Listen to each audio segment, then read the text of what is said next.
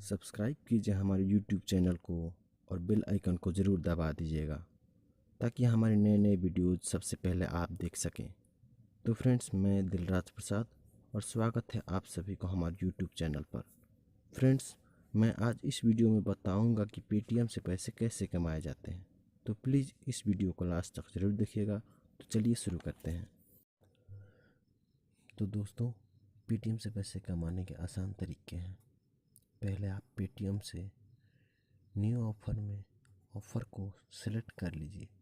अगर आपने Paytm account नहीं बनाए तो प्लीज़ बना लीजिए। तो चलिए यहाँ न्यू ऑफ़र में एक्टिवेट कर लेते हैं। एक्टिवेट करने के बाद यहाँ से हम फर्स्ट यूपीआई ट्रांजैक्शन करेंगे।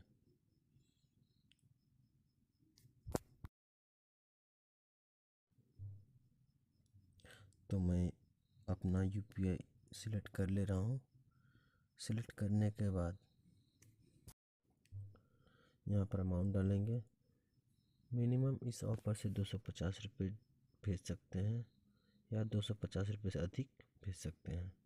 तो यहाँ पे आप अपना पासकोड डालिए। पासकोड डालने के बाद ये देखिए यहाँ पे प्रोसेसिंग हो रहा है। प्रोसेसिंग होने के बाद देखिए दोस्तों यहाँ पे सक्सेसफुल हो चुका है। तो चलिए ऐसे ही 10 ट्रांजैक्शन पूरा करते हैं।